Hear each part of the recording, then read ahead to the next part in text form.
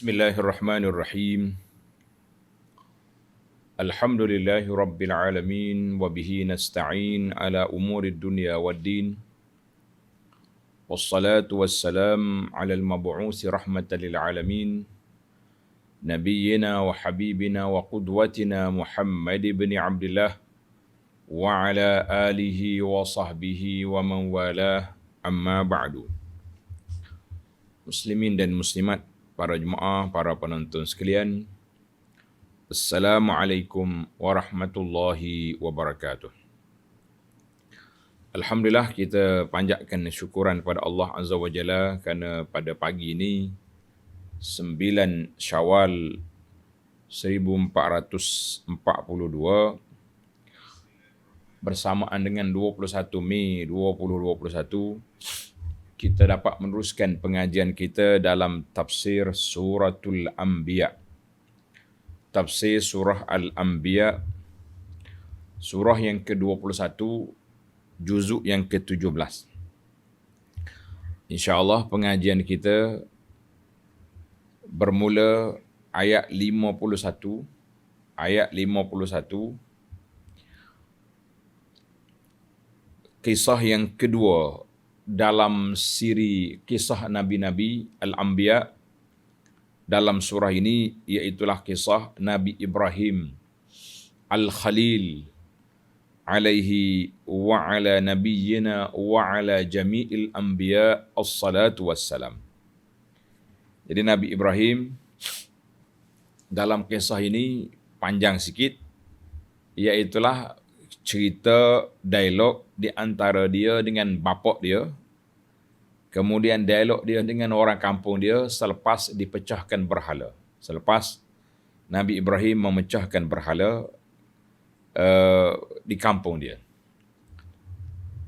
Jadi ini kisah kita pada kali ini, iaitulah kisah Sayyidina Ibrahim dan kaum dia. Baik, kita mula baca beberapa ayat sebelum kita pergi kepada penjelasan. أعوذ بالله السميع العليم من الشيطان الرجيم ولقد آتينا إبراهيم رشده من قبل وكنا به عالمين إذ قال لأبيه وقومه ما هذه التماثيل التي أنتم لها عاكفون قالوا وجدنا آباءنا لها عابدين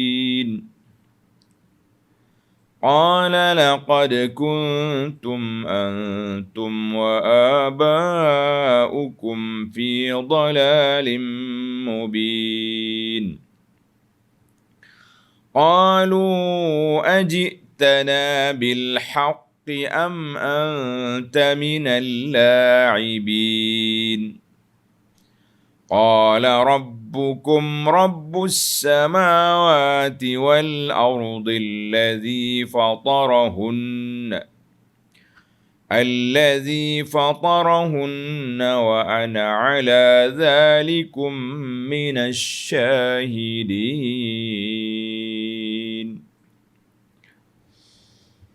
Itu kisah Nabi Ibrahim alaihissalam,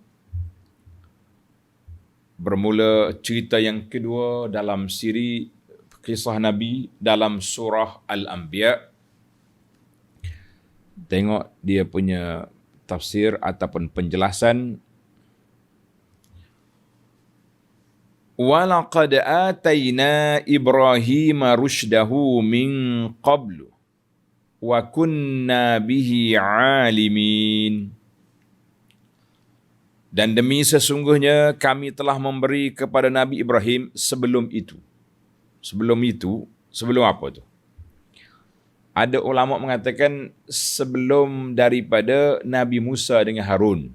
Sepatutnya tartib Ibrahim dulu, sebab dia datuk.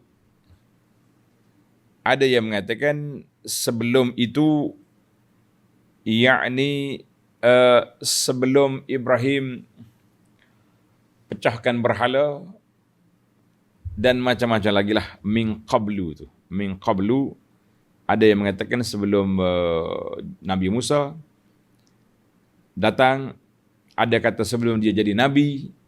Wallahu alam, itu di antara perbincangannya. Wa kunna bihi alimin,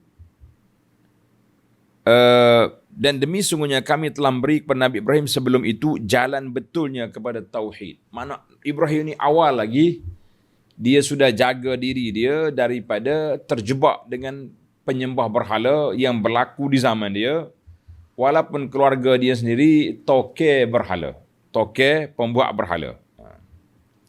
Tapi Allah, Nabi-Nabi alaihi wassalatu wassalam, Allah jaga dari awal. Allah jaga mereka dari awal supaya peribadi mereka tidak tercalar daripada budak lagi. Wa kunna bihi alimin, dan kami adalah mengetahui akan jalannya, yakni Allah Taala tahu bagaimana nak bimbing Ibrahim ke jalan rusyd, ke jalan yang baik. Jadi banyaklah min qablu, daripada sebelum jadi nabi, sebelum balik, sebelum Nabi Musa, itu dia panggil dhamir min qablu tu. Baik, tengok nota di bawah. 969, yakni mengetahui akan akhlaknya yang mulia yang melayakkan dia menjadi seorang rasul yang pilihan. Allah SWT jaga dia daripada kecil. Jaga dia daripada budak lagi, terpelihara daripada perangkap-perangkap syaitan. Itu Nabi Ibrahim AS. Sebab tu dia, makna dia tak boleh terima syirik ni daripada awal lagi. Tengok ayat 52, apa dia kata? إِذْ قَالَ لِأَبِيهِ وَقَوْمِهِ مَا هَذِهِ التَّمَاثِيلُ الَّتِي أَنْتُمْ لَهَا عَاكِفُونَ. Ketika ia berkata kepada bapaknya dan kaumnya, apakah hakikatnya patung-patung yang kamu sungguh-sungguh memujanya? Ini dia panggil uslub hiwar iqamatul hujjah. Maknanya kita pergi tanya dia, apa faedah benda ni sebenarnya? Apa faedah? Apa kelebihannya? Patung, kamu ambil batu, kayu, ukiran-ukiran yang kamu reka, kamu sembah dia. Lish, kenapa? Ibrahim guna logik. Dialog dia dengan cara logik, kan? Apa kaum dia jawab? Ini jawapan biasalah, jawapan biasa daripada bila-bila pun penyembah berhala, pengikut ajaran sesat. Ini je dia kata. Qalu wajadna aba'ana laha abidin. Ibrahim, mereka menjawab, kami dapati datuk nenek kami selalu menyembahnya. Kamu ni apa Ibrahim? Pertikai benda ni, tok nenek kita dah buat. Dah lama orang buat benda ni. Kamu nak mempertikai kan? Ini dia panggil hujah yang biasa diguna oleh daripada dulu lagi lah. Pengikut-pengikut kafir ni dia ikut apa? Dia ikut ajaran tok nenek. Yang kita jangan belajar lah dengan puak ni. Bila orang tegur, contohnya kita kata, perbuatan kita ni salah ni. Bercanggah dengan Quran, bercanggah dengan sunnah Nabi SAW, bercanggah dengan apa yang telah diputuskan oleh para ulama Islam dalam kitab-kitab kita. Jangan pula kita jawab, tak boleh, ini sudah menjadi sebati dalam masyarakat, sudah menjadi amalan. Itu bukan hujah. Amalan orang tua-tua itu bukan hujah. Boleh jadi mereka tersalah di awal, maka kita perbetul di akhir. Allahu Akbar. Jadi jangan belajar. Ini dia panggil puak-puak kafir, dia menggunakan hujah. Wajarna aba'ana laha abidin. Ibrahim jangan pertikai, tok nenek kita dulu sudah buat benda ni, jadi kita ikut je lah. Baik, Ibrahim hujah balas. Dia panggil hujah balas, mana jawab balik. Hujah-hujah yang digunakan oleh keluarga dia. Qala laqad kuntum antum wa aba'ukum fi dhalalin mubin. Allahu Akbar. Ibrahim berkata, sesungguhnya kamu, kalau inilah hujah kamu, sembah berhala patung ni kerana tok nenek, maka kamu dan datuk nenek kamu, ayah kita, tok nenek kita, tok yin kita, adalah dalam kesesatan yang nyata. Oh, kalau begitu, bukan saja kita sesat, zaman kita, tok nenek sesat dah duk main sembah berhala ni. Ibrahim telah bagi kata putus. Mu ni sesat. Sebab apa sesat? Kamu pergi sembah benda yang tak bernyawa, yang kalau bernyawa sekalipun, yang tidak ada kuasa, tak ada power untuk nak beri manfaat atau mudarat. La tanfa' wa la tadurru, tak manfaat, tak mudarat. Habis apa yang kita naknya? Jadi itu dia panggil hujah balas Nabi Ibrahim kepada kaum dia. Baik, kaum dia pun bukannya nak mengalah, bukannya kata, kalau itu macam mana Ibrahim?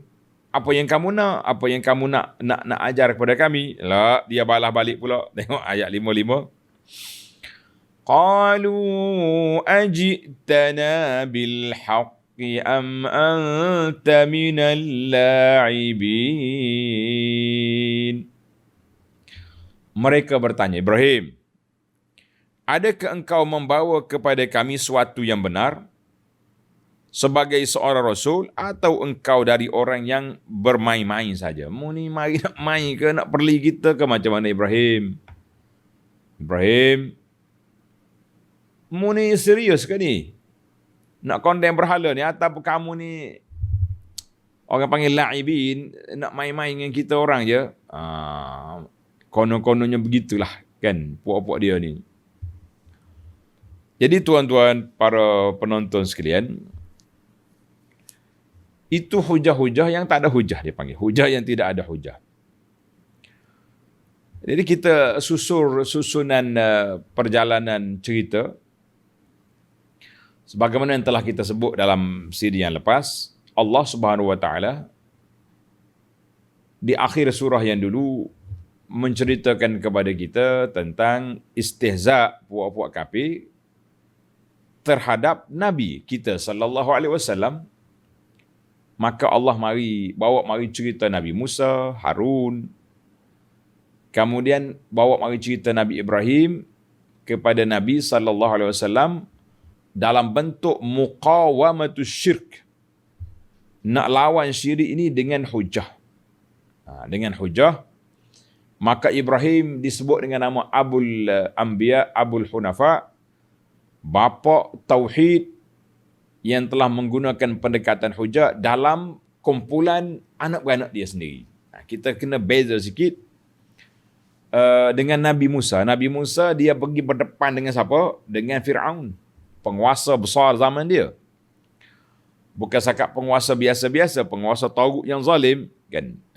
Penguasa tagut yang zalim, yang berat. Nabi Ibrahim anak beranak. Artinya dakwah Nabi kita sallallahu alaihi wasallam itu dia berdepan dengan dua-dua. Penguasa Mekah ni anak beranak dia. Abu Lahab, pak saudara. Abu Jahal, orang Mekah juga. Banyak lagi pak-pak Abu, orang kampung dia. Maka itu dia panggil tasliyah.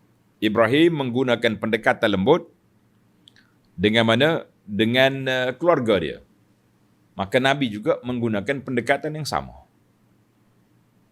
Nabi Musa agak keras, agresif, pergi lawan Fir'aun, masuk dalam istana. Maka Nabi juga perlukan kepada pendekatan yang tersebut. Baik.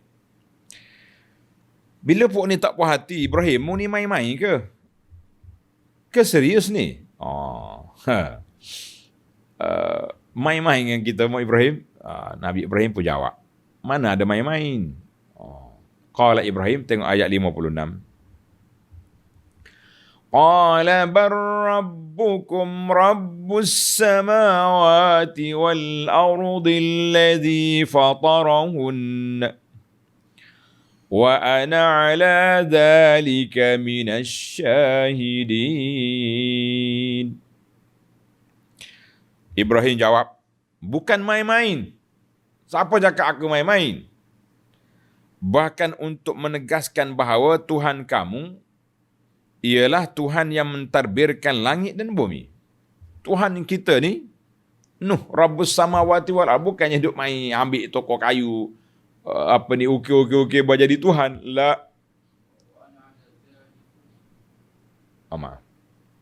Maaf kita. Qala bar rabbukum rabbus samawati wal ardi fatarahunna. Betul balik ayat, ada silap. Wa ana ala zalikum minasyahidin. Jadi Tuhan kamu itu Tuhan mana? Bahkan Tuhan kamu ialah Tuhan yang mentadbirkan langit dan bumi. Dialah yang menciptanya. Wa ana ala zalikum minasyahidin. Dan aku adalah dari orang-orang yang boleh memberi keterangan, mengesahkan yang demikian itu. Aku sudah yakin dan percaya Tuhan kita ini Tuhan Rabbus samawati wal ardh. Tuhan yang menciptakan langit dengan bumi. Allahu Akbar. Maka Ibrahim kata, aku bawa kepada kamu yang benar. Bukan main-main. Wa ana ala zalikum minasyahidin. Dan aku di atas perkara yang aku bawa ni adalah menjadi saksi dengan ilmu dan dengan hujah. Dengan ilmu dan dengan hujah.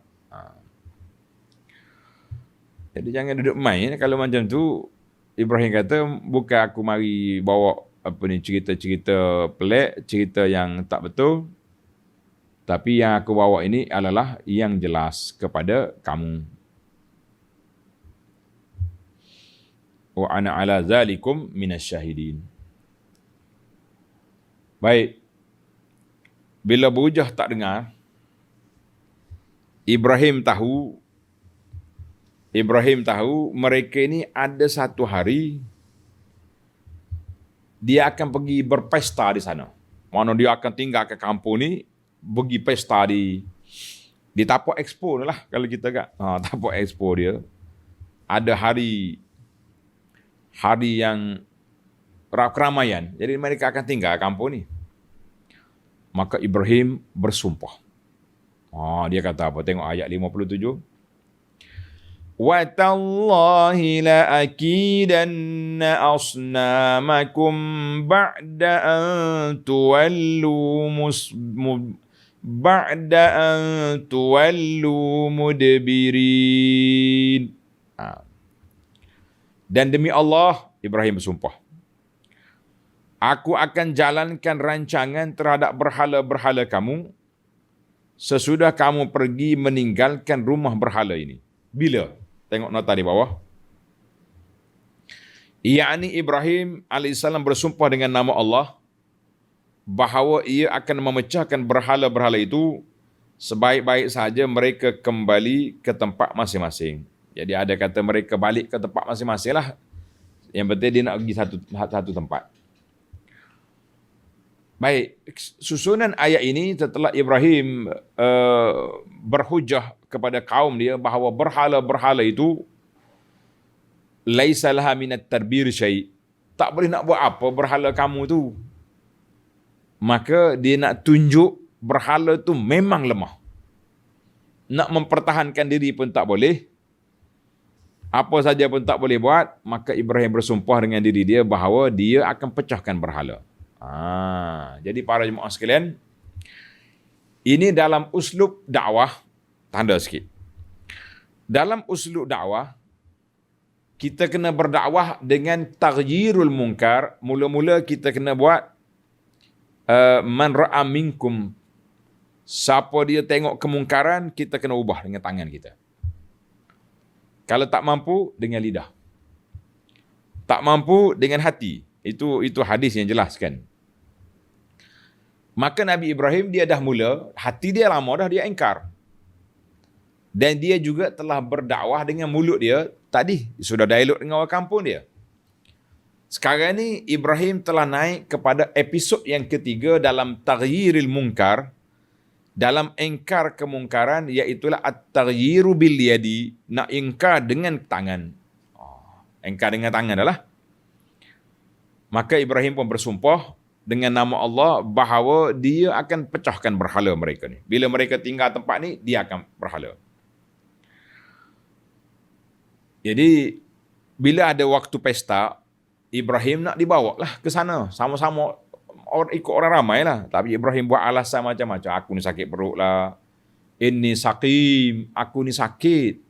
Tak boleh ikut. Macam-macam alasan dia. Maka akhirnya dia ditinggalkan. Bila dia ditinggalkan di kampung, situlah waktulah dia bersumpah bahawa dia akan pecahkan berhala, nak tunjuk kepada orang kampung dia, berhala ni tak ada guna. Berhala ni tak ada power, berhala ni tak ada apa pun, nak pertahan diri dia pun tak mampu, apa lagi nak bagi pertolongan kepada orang lain. Baik, Ibrahim ambil kapak, ambil tukul, pergi. Dalam ayat ni diringkas ya. Dalam ayat lain Tuhan cerita dalam surah lain. Sebab tu Quran dia tafsir Quran dengan Quran. Ayat 58. فَجَعَلَهُمْ جُزَازًا إِلَّا كَبِيرًا لَهُمْ لَعَلَّهُمْ إِلَيْهِ يَرْجِعُونَ. Allahu Akbar. Dia pun, dia kata apa tadi? Lalu ia memecahkan semuanya, berketul-ketul pecah habis. Dalam tafsir Munir, dia kata lebih kurang ada 70 ketul berhala. 70 ketul berhala. Tak ada riwayat yang jelas, tidak ada berapa bilangan, tapi ada disebut 70 tokol berhala. Jazuzah dan pecah belakang. Kecuali kabiran lahum, kecuali yang besar di kalangan berhala itu, dia tinggalkan. Dibiarkannya. Lish? La'allahum yarji'un. Supaya mereka kembali kepadanya. Kepada siapa tu nya tu? Itu panjang lah. La'allahum yarji'un. Supaya mereka kembali kepadanya. Siapa dia nya? Tengok nota di bawah. 971. Yakni supaya mereka datang bertanya kepada berhala besar itu tentang apa yang telah berlaku. Maknanya, dia pecah semua berhala kecil-kecil ni, 70 ketul ni, tinggal bos dia cokoh situ, dia pun ambil tukur, dia letak situ. Dia ni buat ni, mana ada Tuhan banyak-banyak, kacau budak-budak ni, pecah habis. Pergi main jauh-jauh kata orang. Pada saat itu akan ternyata kebodohan mereka menyembahnya, kerana berhala-berhala itu bukan saja tidak dapat memberikan sebarang pertolongan, tetapi juga tidak dapat menjawab pertanyaan mereka. Nak tolong pun tak boleh, nak jawab pun tak boleh. Jadi dia kata, ulama tafsir mengatakan yarji'un, yang pertama supaya mereka balik tanya berhala besar tu. Siapa dia buat ni? Ataupun memang kau yang buat, engkau jealous dengan budak-budak ni. Kan? Orang mari tabik ni, tabik kau sudahlah, contohnya. Kata Ibnu Katsir, rahimahullah, diceritakan bahawa Ibrahim selepas dia pecah berhala kecil, dia ambil tungku tu, kapak dia besi tadi, dia pergi letak di tangan berhala besar, letak situlah. Mudah-mudahan bila mereka balik esok, mereka tengok, rupanya bos besar ni sudah cemburu dengan budak-budak, kan? Maka dia pecah habis budak-budak ni. Itu satu.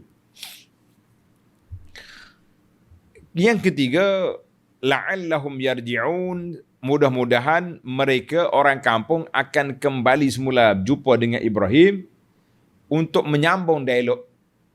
Kenapa pecah berhala ni? Kenapa? Itu dia panggil, para ulama mengatakan supaya yarji'un tu, supaya mereka balik jumpa semula Nabi Ibrahim untuk berdebat. Ibrahim bersedia. Sebelum dia pecah, tengok dalam surah As-Saffat. Dalam surah As-Saffat ayat 90. Fatawallaw anhum mudbirin. Bila mereka dah pergi tinggalkan berhala, Ibrahim pun mari lalu bawa tungku, mari. Faragha ila alihatihim, dia pergi kat berhala. Faqala ala ta'kulun, makan apa hari ni? Ibrahim main-main. Malakum la tantiqun, kenapa kamu senyap tak jawab? Dia orang panggil ayat provokasi, nak menaikkan kemarahan dia. Bila jawab pun tidak, kelip mata pun tidak, faragha alaihim darban bil yamin, dia pecah lalu. Itu dalam surah As-Saffat ayat 90-93. Allahu Akbar. Baik. Bila puak-puak kafir ni balik, dia pun tengok. Sudah. Apa jadi? Bergelempangan Nabi berhala kita ni. Qalu man fa'ala hadha bi alihatina innahu laminadh zalimin. Allahu Akbar. Setelah melihat kejadian itu, mereka bertanya, siapakah yang melakukan perbuatan yang demikian terhadap Tuhan kami? Siapa buat ni? Bismillah, hingga bangar. Kelang kabut buat dia. Siapa yang buat benda ni sungguhnya adalah ia dari orang-orang yang zalim. Siapa dia buat? Inilah orang zalim. Mari tengok. Zalim dengan perbuatan ini. Apa buat tak menghormati Tuhan? Menghina Tuhan kita. Macam-macam lah dia punya kemarahan tu, marah lah. Boh-boh dia marah habis apa? Ialah kita pun marah. Pecah barang kita dah. Ni yang pecah Tuhan pula. Lagilah marah. Tengok ayat 60. Qalu sami'na fatan yadhkuruhum yuqalu lahu Ibrahim. Qalu, yakni berkata puak-puak dia. Setengah dari mereka berkata, kami ada mendengar seorang anak muda bernama Ibrahim mencaci berhala. Dia ni mana-mana dia pergi, duk condemn berhala kita. Boleh jadi dia ni dah. Tengok. Jadi kalau dengan mulut dia caci, tentulah dia yang buat, siapa dia lagi. Itu dia panggil dari sudut qara'in ataupun qarinah, evidence yang boleh kita cari, maklumat awal siapa yang buat perangai ni, siapa dia. Jadi orang akan buat, dia akan cari orang yang komen kuat lah kan. Yang komen kuat dalam masalah ni siapa? Nabi Ibrahim. Nabi Ibrahim dah condemn berhala dia. Baik. Dia pun kata, qalu fa'tu bihi ala a'yunin nasi la'allahum yashhadun. Ketua-ketua mereka berkata, siapa dia ketua dia? Ketua puak dia lah. Ada kata Namruz, raja besar dia ataupun bos dia. Dia kata, jika demikian, maknanya kalau ada tanda-tanda, bukti-bukti yang boleh dikaitkan, disabitkan dengan budak ni, fa'tu bihi. Bawalah dia di hadapan orang ramai, supaya mereka menyaksikan tindakan mengenainya. Kita akan jatuhkan hukuman ke atas dia. Bawa dia. Kita bicara di kawasan orang ramai, bukan dalam mahkamah tertutup. Sebab nak minta orang kampung tengok apa hukuman yang akan kita buat kepada dia ni. Budak ni. Apa ni? Kan? Baik. Kita berhenti sekejap sini sebelum kita masuk kepada episod seterusnya. Ibrahim dijatuhkan hukuman. Kata di para ulama Islam, dalam ayat ini, qalu wajadna aba'ana, kami dapati tok nenek kami seluruhnya sembah benda ni. Ayat ini menunjukkan bahawa yang batil itu tidak akan bertukar menjadi benar bikasratil mutamassikin, dengan ramainya pengikut. Kalau nak kira ramai, Ibrahim seorang ya, yang sembah berhala ramai, tentulah mereka lebih tidak syarat ramai itu ramai itu menunjukkan benar, tidak. Jadi dalam ayat ini dia kata Ibrahim walaqad ataina Ibrahim rusydahu, Ibrahim tanya dia, apa ini berhala-berhala ni? Laha akifun, yang kamu duduk sini. Akifun dia, maknanya yang kamu duduk tunggu dia, kamu duduk hormat pada dia. Tak kira lah sama ada dia ni batu ke, kayu ke, pokok kayu ke, tunggu kayu ke.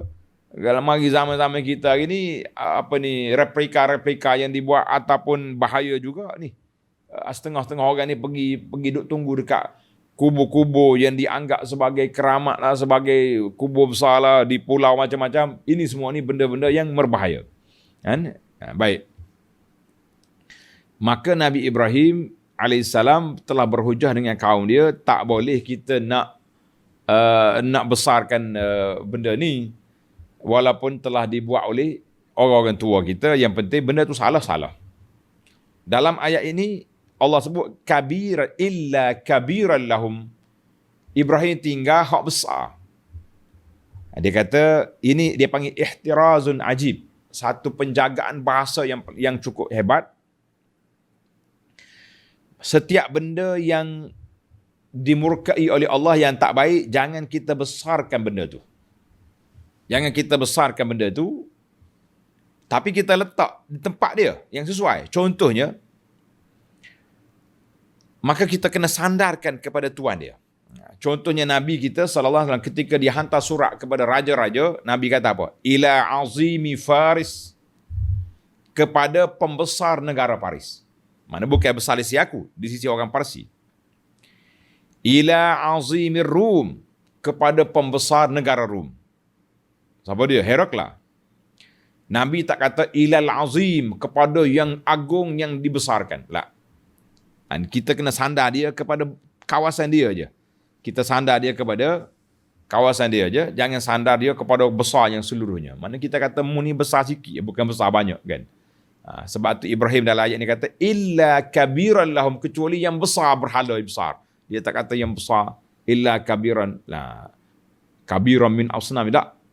Dia idafah kepada benda tu sendiri. Jadi kita pun kalau kita tengok orang besar, kita kata kepada pembesar Yahudi, pembesar Zionis. Kita nisbahkan dia kepada dia je. Bukan kata kita besar dia. Dia tidak, kita jadi membesarkan puak-puak kafir, jangan. Ini para jemaah sekalian kena belajar dari sudut uslub penjagaan bahasa. Kita kata kepada tuan besar pejabat ini. Mana besar pejabat ni, aku bukan besarkan dia. Kan ada hadis Nabi kita melarang kita membesarkan, memuliakan orang munafik. Jadi ini orang kafir terus macam mana kita. Kita kata tuan besar negara ni. Mana dia sini ya. Itu dia panggil tahafuz dalam penggunaan bahasa. Penggunaan bahasa. Baik. Baik, sesalah kita. Pihak kerajaan minta supaya tangkap dia, bawa sini. Bila ditangkap, dibawa, tengok ayat 62, Ibrahim dibawa di hadapan penguasa. Mereka bertanya dia.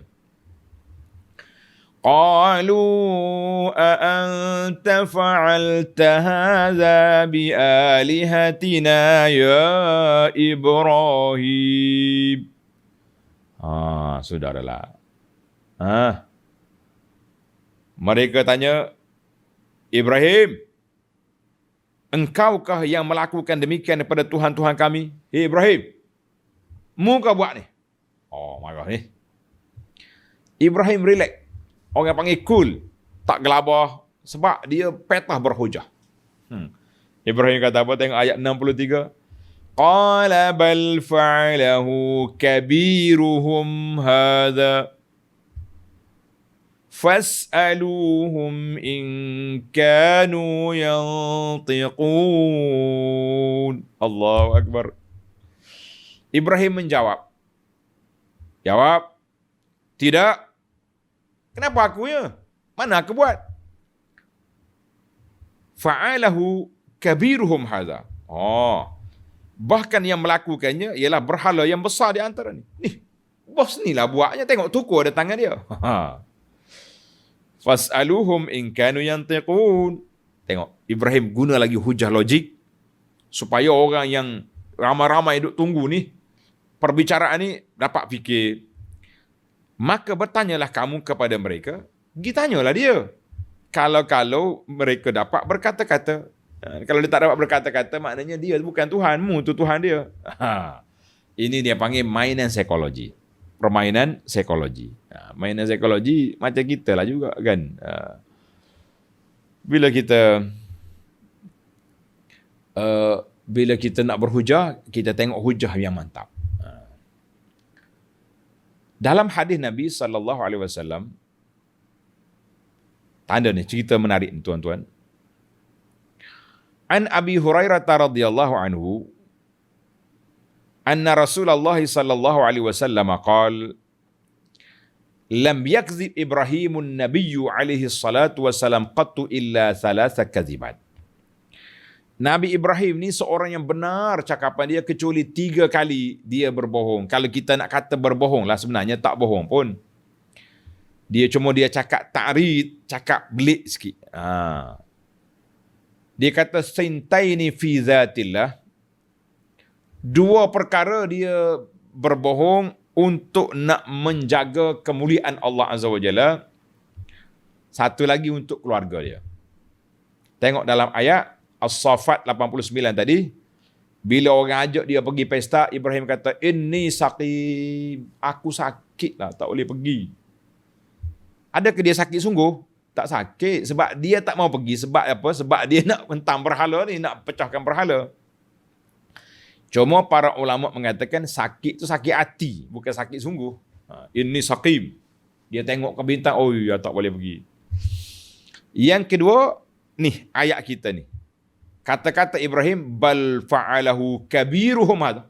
Berhala besar ni buat, bukan aku. Apa pula kata dengan saya je? Itu dia panggil bahasa dia, bahasa ta'rid, bahasa belik. Bohong yang ketiga, ketika dia nak masuk ke negeri Mesir, di Mesir ni penguasa dia jahat. Zaman tu lah, saya tak kata semua masa. Dia kata siapa-siapa yang perempuan yang masuk ke Mesir akan ditangkap. Perempuan yang comel-comel akan diambil. Maka Ibrahim tipu. Dia kata Sarah ni bukan bini dia tapi adik-beradik dia. Maksudnya adik-beradik fil Islam. Dia sebab dia 2 orang tu ya Islam. Dia kata jadi dia ni adik-beradik fil Islam, bukan bini. Dia tak ngaku, dia tak kata bini dia, kata adik-beradik dia. Itu je 3 perkara yang Ibrahim bohong. Hadis ni dalam Bukhari. Baik, para jemaah sekalian, kita pergi pada ayat 64 sampai habis cerita jatuh hukum kepada Ibrahim. Ayat 64. Faraja'u ila anfusihim faqalu innakum antumuz zalimun. Maka mereka para penyembah berhala kembali kepada diri mereka memikirkan hal itu. Tengok Ibrahim cuik sikit. Tanya dia kalau dia boleh bercakap. Jadi lalu mereka berkata sama-sama sendiri, sesungguhnya kamulah sendiri orang-orang yang zalim. Kita ni sebenarnya tak betul ni. Duk percaya ke berhala ni. Tengok nota di bawah 973. Setelah berfikir maka mereka pun sedar bahawa mereka telah berlaku zalim, meletakkan ibadat pada bukan tempatnya. Tetapi sayang, kesedaran ini sebagaimana yang tersebut pada ayat yang berikut tidak kekal. Dia mikir tapi tak berani nak berhadapan. Kerana kemudiannya mereka berbalik semula kepada fikiran sesat mereka, lalu mengaku kepada Nabi Ibrahim bahawa berhala-berhala mereka bukannya daripada makhluk yang boleh berfikir dan berkata. Betul Ibrahim. Memang dia tak boleh mikir pun, tapi mula kena fikir. Kenapa bagi pecah dia? Jadi maknanya mereka tak boleh. Tengok ayat 65. Dia fikir dah tapi tak boleh nak lanjutkan sebab tak berani menghadapi risiko. Ayat 65. Thumma nukisu ala ru'usihim laqad alimta ma haula'i yantiqun. Nasib malang. Kemudian mereka terbalik fikirannya kepada kesesatan, sayang nak tinggal barang dia ni. Lalu berkata, sesungguhnya engkau wahai Ibrahim telah sedia mengetahui bahawa berhala-berhala itu tidak dapat berkata-kata, maka betapa engkau menyuruh kami bertanya kepadanya. Mu tahu dah kan benda tu tak cakap, tanya apa? Jadi dia marah pula. kepada Ibrahim. Masya Allah. Nabi Ibrahim tak diam. Jawab balik dengan hujah. Tengok ayat 66. Kalau begitu, dah dia tak ada kuasa nak bercakap pun tak boleh. Kenapa buat gini? Jadi dia kalah hujah, dia mulalah macam-macam dia kona. Ayat 66. Qala afata'buduna min dunillah. Qala afata'buduna min dunillahi ma la yanfa'ukum syai'an wa la yadurrukum. Nabi Ibrahim berkata, jika demikian, dah mu tahu dah benda tu tak betul, tak boleh bercakap, hujah kamu sudah kalah, sudah tak boleh nak jawab dah hujah aku. Patutkah kamu menyembah yang lain dari Allah? Sesuatu yang tidak dapat mendatangkan faedah sedikit pun kepada kamu. Patut. Dan juga tidak dapat mendatangkan mudarat kepada kamu. Tak ada apa benda pun. Kerah situ ya, apa yang nak. Ibrahim pun mula, orang panggil mula, tunjukkan sedikitlah. Uffil lakum wa lima ta'buduna min dunillah. Afala ta'qilun. Allah. Ibrahim kata, uffil lakum. Jijik perasaanku terhadap kamu. Dan apa yang kamu menyembah selain dari Allah, maka mengapa kamu tidak mau menggunakan akal fikiran kamu? Mu tahu dah kan? Kenapa tak guna akal ni? Ibrahim dah mula, yalah, marah juga dia pun. Sambil-sambil sabar, naik juga. Orang panggil, orang Kelantan kata naik gah juga dia pun. Berasa nak berhujah ni, tak dengar-dengar juga, dah sedar-sedar dah, faham-faham dah, tapi masih lagi berkerah kepala, tak mau juga mengikut apa yang patutnya. Afala taqilun, mu tak ada akal ke? Tak boleh nak gunakan akalnya. Habis. Hujah, mula-mula lawan hujah, tanda, tuan-tuan. Ini peraturan hidup peringkat antara bangsa. Pihak penguasa mula-mula guna hujah.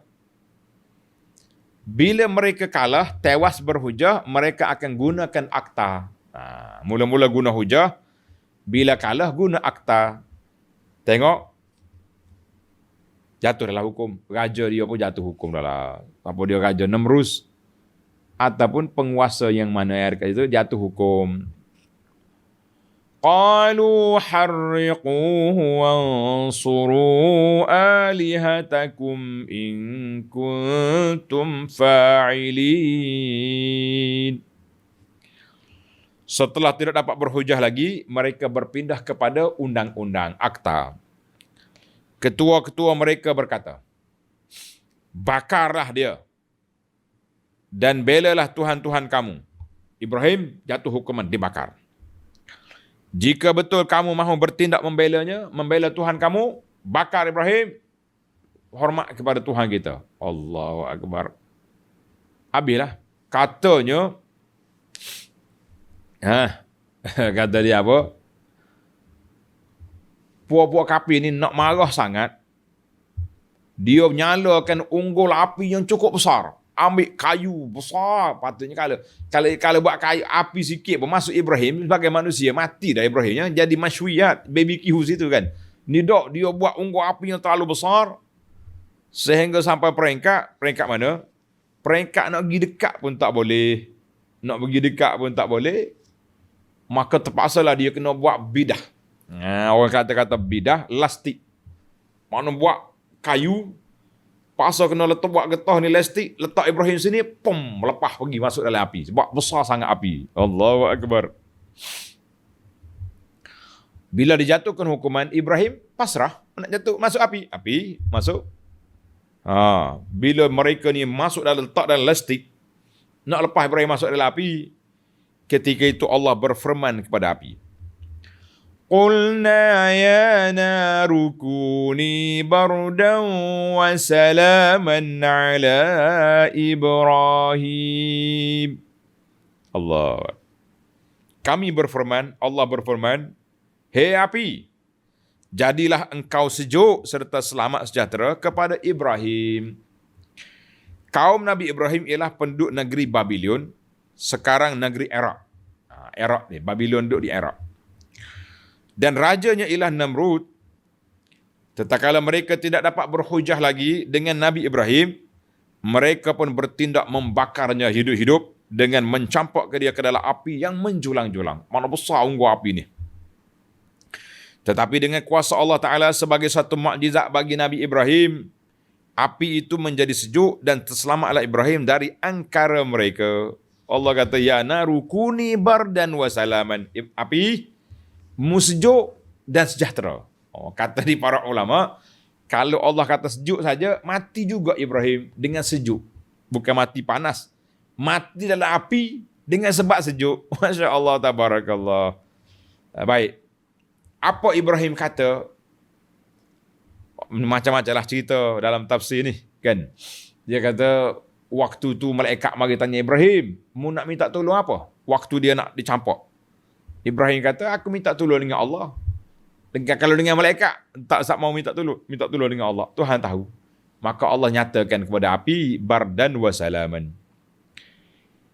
Kata di Ibnu Abbas, tanda ni tuan-tuan, menarik kata-kata ni. Ibnu Abbas kata, radhiyallahu anhu, hasbunallahu wa ni'mal wakil. Tanda ni. Bila kita ada masalah apa-apa, kita kata hasbunallahu wa ni'mal wakil. Ataupun kita kata hasbiyallahu wa ni'mal wakil. Allah Ta'ala lah yang jaga aku. Dialah sebaik-baik penolong, pengawal. Qalaha Ibrahim hina ulqiya finnar. Ibrahim kata-kata ini ketika nak campak dalam api. Dia kata hasbunallahu wa ni'mal wakil. Nabi kita Muhammad sallallahu alaihi wasallam berkata, bila orang bagi tahu kepada Nabi, innan nasa qad jama'u lakum fakhshawhum fazadahum imana. Ketika orang bagi tahu, ya Rasulullah, puak kafir Quraisy 10,000 nak lanyak Madinah. Nabi nak lawan tak kuat. Nabi kata hasbunallahu wa ni'mal wakil. Hasbunallahu wa ni'mal wakil. Sebagian dalam surah Ali Imran 173, asar Ibnu Abbas ini diriwayat oleh Imam Bukhari. Jadi para jemaah sekalian, apa kita nak buat? Sesalah kita daripada Nabi Ibrahim. Satu lagi hadis, menarik katanya, hadis ni. An Ummi Syarik radhiyallahu anha, anna Rasulullah sallallahu alaihi wasallam amara biqatlil wazaq. Nabi sallallahu alaihi wasallam bagi arahan supaya bunuh cicak. Cicak ni, nyek ni, kita boleh plastik dia, boleh bidah dia, time mati. Wa qala, Nabi kata apa? Kana yanfukhu ala Ibrahim alaihi salam. Cicak ni pergi juga dekat unggun api, tolong tiup api. Padahalnya dia besar mana ya cicak? Kecuali cicak gergasi, kan? Cicak ni waktu kafir Namrud arahkan nyala api untuk nak campak Ibrahim, cicak ni pergi tiup juga api, nak sokong. Ini hadis ni rawahul Bukhari. Kata di para ulama hadis, tuan-tuan kena ingat, sebarang bentuk kezaliman, kalau kita menyokong dia, maka kita akan berdosa, mendapat dosa seperti orang yang melakukan perbuatan itu. Jangan main. Cicak kecil, walaupun dia ni pergi tiup api, tak memberi kesan. Dengan tiup. Tapi oleh kerana dia menyokong sama perbuatan jahat itu, maka Nabi kita sallallahu alaihi wasallam perintahkan supaya cicak dibunuh. Kenapa apa? Sebab dia pergi sokong, meniup api, nak bakar Nabi Ibrahim. Jadi kita zaman kita hari ni main-main. Banyak benda-benda zalim yang kita pergi sokong, jangan sama-sama sekali. Ini bila sibuk tentang Yahudi lanyak nak sahabat kita di Palestin. Ada masih lagi orang kita. Kita kata kalau boleh kita berhentilah dulu sekejap beli barang-barang kepunyaan keluaran Yahudi. Masih lagi. Dok, masa bercakap ni montang meja terbalik gelah atas meja. Bahasa celakom natai Yahudi. Pam, sudah tombok meja terbalik gelah orang. Kejap keluar kotak keluaran syarikat Yahudi. Apa dia? Rokok. Meja terbalik, rokok isap. Apa nak buat? Berhenti, boikot. Ini baru betul-betul boikot. Syarikat-syarikat yang jelas memberi sokongan kepada Israel, stop. Jangan duduk sokong lagi dia. Oi, saya tak boleh tak makan ni. Roti dia ni kau apa dia? Alah, tak matinya. Banyak lagi roti syarikat Islam yang ada. Kenapa sibuk-sibuk?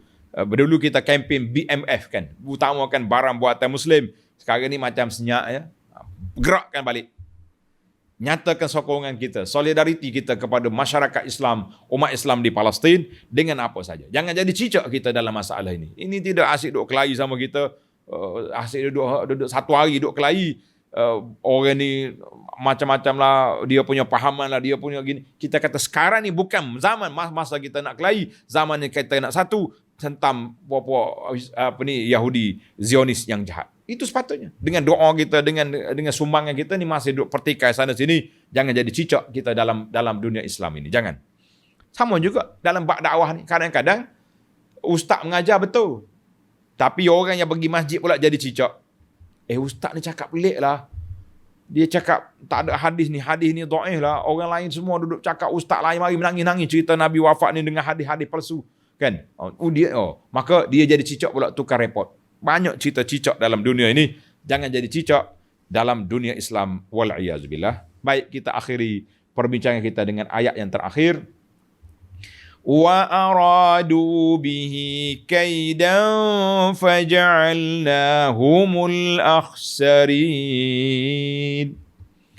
Dan mereka dengan perbuatan membakarnya itu hendak melakukan angkara yang menyakitinya. Lalu kami jadikan mereka orang-orang yang amat rugi, kalah dengan hinanya. Ibrahim selesai daripada api nyala, Ibrahim pun keluar. Assalamualaikum. Tak mati juga Ibrahim. Allahu Akbar. Cerita Nabi Ibrahim masih lagi. Tamatlah cerita Nabi Ibrahim dengan siapa? Dengan kaum dia. Sehingga daripada dia berdakwah, sehinggalah dia dijatuhkan hukuman bakar dan Ibrahim mendapat kemenangan. Kita kata Alhamdulillah. InsyaAllah siri yang akan datang, ayat 71, kita masuk wa najjaynahu wa lutan ilal ardi, bermulanya kisah Nabi Lut alaihi salam dan juga pengembaraan Nabi Ibrahim. Jadi Ibrahim dengan kaum dia selesai. Dalam siri ini, siri yang akan datang, kita masuk pengembaraan hijrah Nabi Ibrahim alaihi salam. InsyaAllah itulah sedikit yang dapat kita bincangkan para jemaah sekalian. Yang pentingnya dalam dunia Islam ni jangan jadi cicak. Jangan jadi cicak. Subhanakallahumma wa bihamdika. Ashhadu an la ilaha illa anta astaghfiruka wa atubu ilaik. Wa sallallahu ala nabiyyina Muhammad wa ala alihi wa sahbihi. Walhamdulillahi rabbil alamin.